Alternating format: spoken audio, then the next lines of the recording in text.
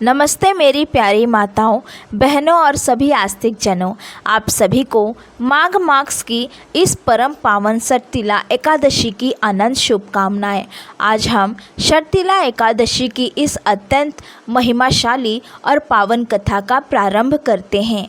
माघ मास के कृष्ण पक्ष की यह एकादशी, जिसे षटतिला एकादशी कहा जाता है, वह केवल एक व्रत नहीं है, बल्कि हमारे जीवन में दान और करुणा के महत्व को समझाने वाली साक्षात नारायण की वाणी है।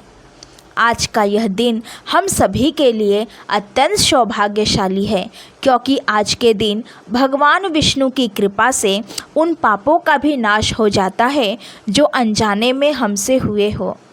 मेरी प्यारी बहनों, कथा शुरू करने से पहले अपने मन को शांत कर ले और भगवान विष्णु के चतुर्भुज रूप का ध्यान करें, क्योंकि जब हम एकाग्रचित होकर कथा सुनते हैं तभी उसका पूर्ण फल प्राप्त होता है। प्राचीन काल की बात है, जब सृष्टि के नियम और धर्म की व्याख्या स्वयं भगवान श्री कृष्ण कर रहे थे।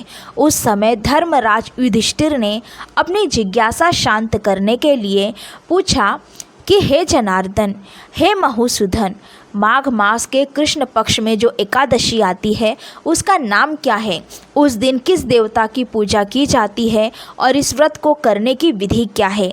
आप कृपया करके मुझे विस्तार से बताइए, ताकि इस कलयुग में मनुष्य अपना कल्याण कर सके। भगवान श्री कृष्ण ने मुस्कुराते हुए कहा कि हे कुंती पुत्र, माघ मास की इस एकादशी को षटतिला एकादशी कहते हैं। यह एकादशी समस्त पापों को धोने वाली और मोक्ष प्रदान करने वाली होती है। इसके महत्व को समझाने के लिए मैं तुम्हें वही प्राचीन कथा सुनाता हूँ जो ऋषि पुलस्त के दालभा ऋषि को सुनाई थी। प्राचीन काल की बात है, मृत्यु लोक में एक ब्राह्मणी रहती थी। वह ब्राह्मणी बहुत ही धर्मपरायण और शांत स्वभाव की थी। उसका पूरा जीवन भगवान विष्णु की सेवा में समर्पित था। वह नित्य प्रति ब्रह्मा मुहूर्त में उठती, स्नान करती और हरि की पूजा में लीन हो जाती थी। उस ब्राह्मणी ने अनेक वर्षों तक एकादशी का व्रत बहुत ही कठोरता से किया था। वह इंद्रियों को वश में रखने वाली और सात्विक जीवन जीने वाली महिला थी। उसकी भक्ति इतनी प्रबल थी कि उसने अपने शरीर को तपस्या की अग्नि में तपा दिया था। व्रत और उपवास के कारण उसका शरीर अत्यंत दुर्बल हो गया था, लेकिन उसके मन में कभी भी थकान या उब नहीं आई। वह सदैव ओम नमः भगवते वासुदेवाय का जाप करती रहती थी। भगवान विष्णु उस ब्राह्मणी का अटूट श्रद्धा और तपस्या से बहुत प्रसन्न थे। उन्होंने देखा कि इस ब्राह्मणी ने व्रत और नियमों का पालन करके अपने अंतकरण को भी शुद्ध कर लिया है और वह वैकुंठ जाने की पूरी योग्यता रखती है। परंतु प्रभु ने यह भी देखा कि उस ब्राह्मणी के जीवन में एक बहुत बड़ी कमी रह गई थी। वह कमी यह थी कि उस ब्राह्मणी ने कभी किसी को अन्न का दान नहीं किया था।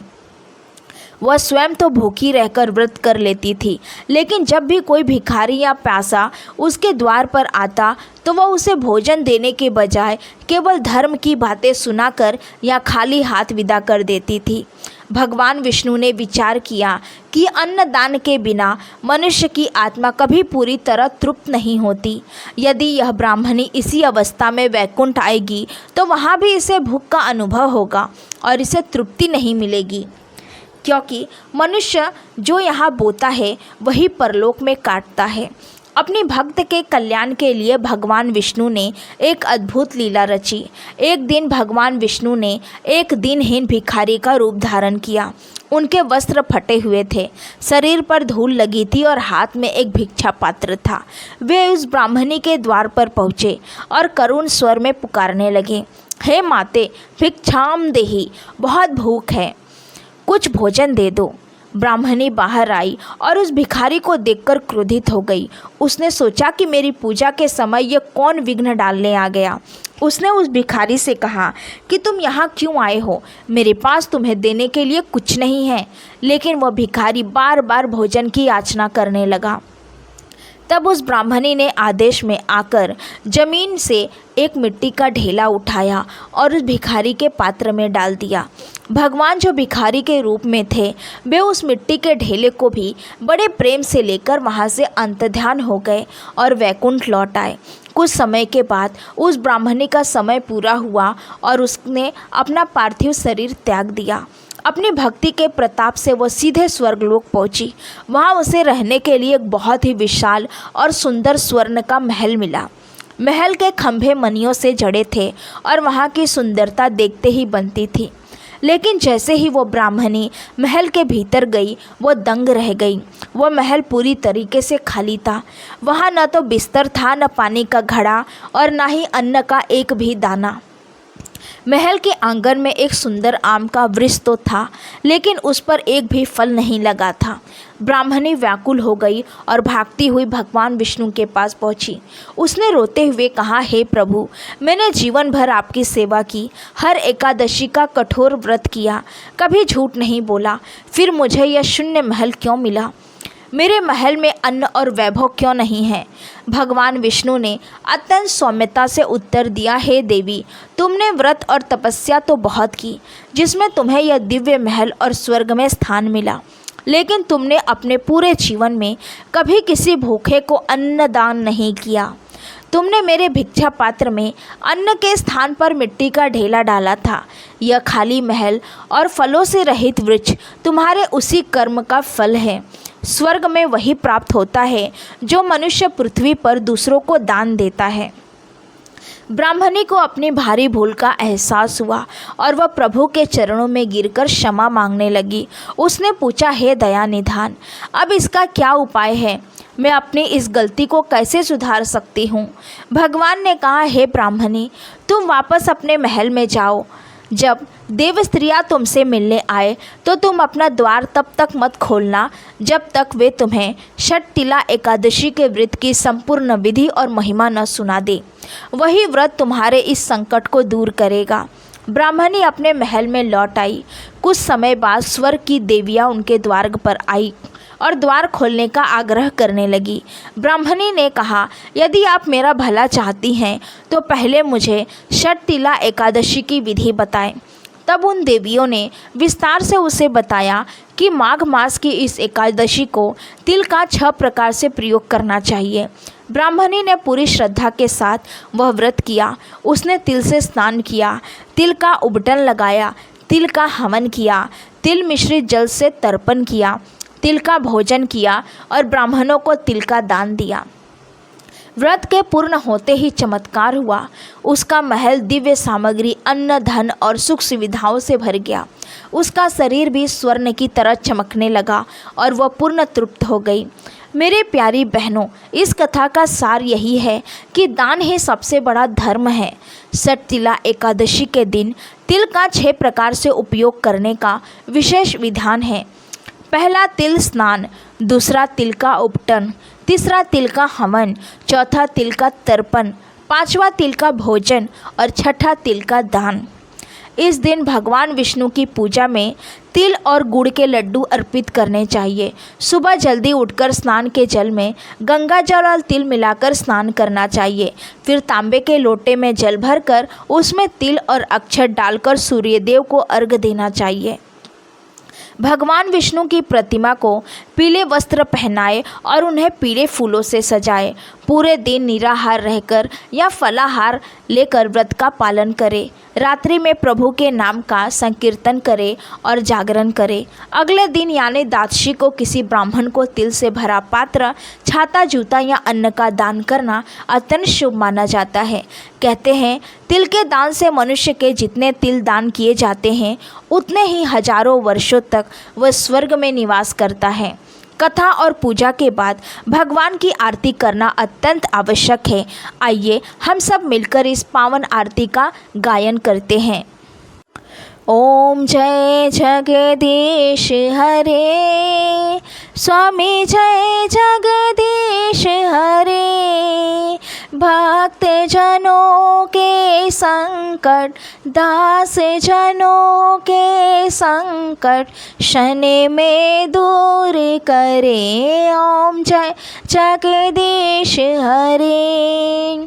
चौधावे फल पावे दुख बिन से मन का। स्वामी दुख बिन से मन का सुख संपत्ति घर आवे, सुख संपत्ति घर आवे, कष्ट मिटे तन का। ओम जय जगदीश हरे। मात पिता तुम मेरे, शरण गहूँ मैं किसकी। स्वामी शरण गहूँ मैं किसकी।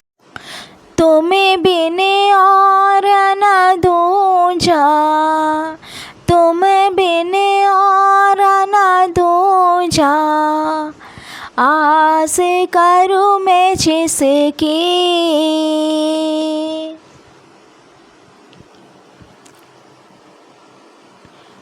ओम जय जगदीश हरे। तुम पूरन परमात्मा, तुम अंतर्यामी। स्वामी तुम अंतर्यामी, परब्रह्मा परमेश्वर, परब्रह्मा परमेश्वर, तुम सबके स्वामी। ओम जय जगदीश हरे। तुम करुणा के सागर, तुम पालन करता। स्वामी तुम पालन करता, मैं मूरख खल कामी, मैं सेवक तुम स्वामी, कृपा करो भरिता। ओम जय जगदीश हरे। तुम हो एक अगोचर, सबके प्राणपति। स्वामी सबके प्राणपति, किसी विधि मिलो दयामय, किसी विधि मिलो दयामय, तुमको मैं कुमति। ओम जय जगदीश हरे। दिन बंधो दुख हरता, ठाकुर तुम मेरे। स्वामी ठाकुर तुम मेरे, अपने हाथ उठाओ, अपनी शरण लगाओ, द्वार पड़ा तेरे। ओम जय जगदीश हरे। विषय विकार मिटाओ, पाप हरो देवा। स्वामी पाप हरो देवा, श्रद्धा भक्ति बढ़ाओ, श्रद्धा भक्ति बढ़ाओ, संतन की सेवा। ओम जय जगदीश हरे। तन मन धन सब कुछ है तेरा। स्वामी सब कुछ है तेरा, तेरा तुझको अर्पण, तेरा तुझको अर्पण, क्या लागे मेरा। ओम जय जगदीश हरे। ओम जय जगदीश हरे। स्वामी जय जगदीश हरे। भक्त जनों के संकट, दास जनों के संकट, क्षण में दूर करे। ओम जय जगदीश हरे। ओम जय जगदीश हरे। आरती के बाद भगवान को साष्टांग प्रणाम करें। षटतिला एकादशी का यह व्रत हमारे जीवन से दरिद्रता और दुर्भाग्य को दूर कर सौभाग्य और लक्ष्मी का वास कराता है। भगवान विष्णु की कृपा आप सभी पर बनी रहे, आपके घर में अन्नपूर्णा का आशीर्वाद रहे और आपका जीवन भक्ति से सराबोर रहे। आशा है कि यह कथा आपके हृदय को शांति प्रदान करेगी। आशा है कि षटतिला एकादशी की यह पावन कथा और भगवान विष्णु की मधुर आरती आपके जीवन में नई रोशनी और सुख शांति लेकर आएगी। अगर इस कथा ने आपके मन को छुआ हो तो इस वीडियो को लाइक ज़रूर करें, अपने सगे संबंधी और मित्रों के साथ शेयर करें ताकि वे भी तिल दान की इस महिमा को जान सके और पुण्य कमा सके। धर्म और भक्ति की ऐसी ही अनमोल कहानियों के लिए हमारे चैनल को सब्सक्राइब करना न भूलें और घंटी के निशान को ज़रूर दबाएं। कमेंट बॉक्स में अपनी श्रद्धा प्रकट करने के लिए जय श्री हरि ज़रूर लिखें। भगवान विष्णु की कृपा आप सब पर सदा बनी रहे।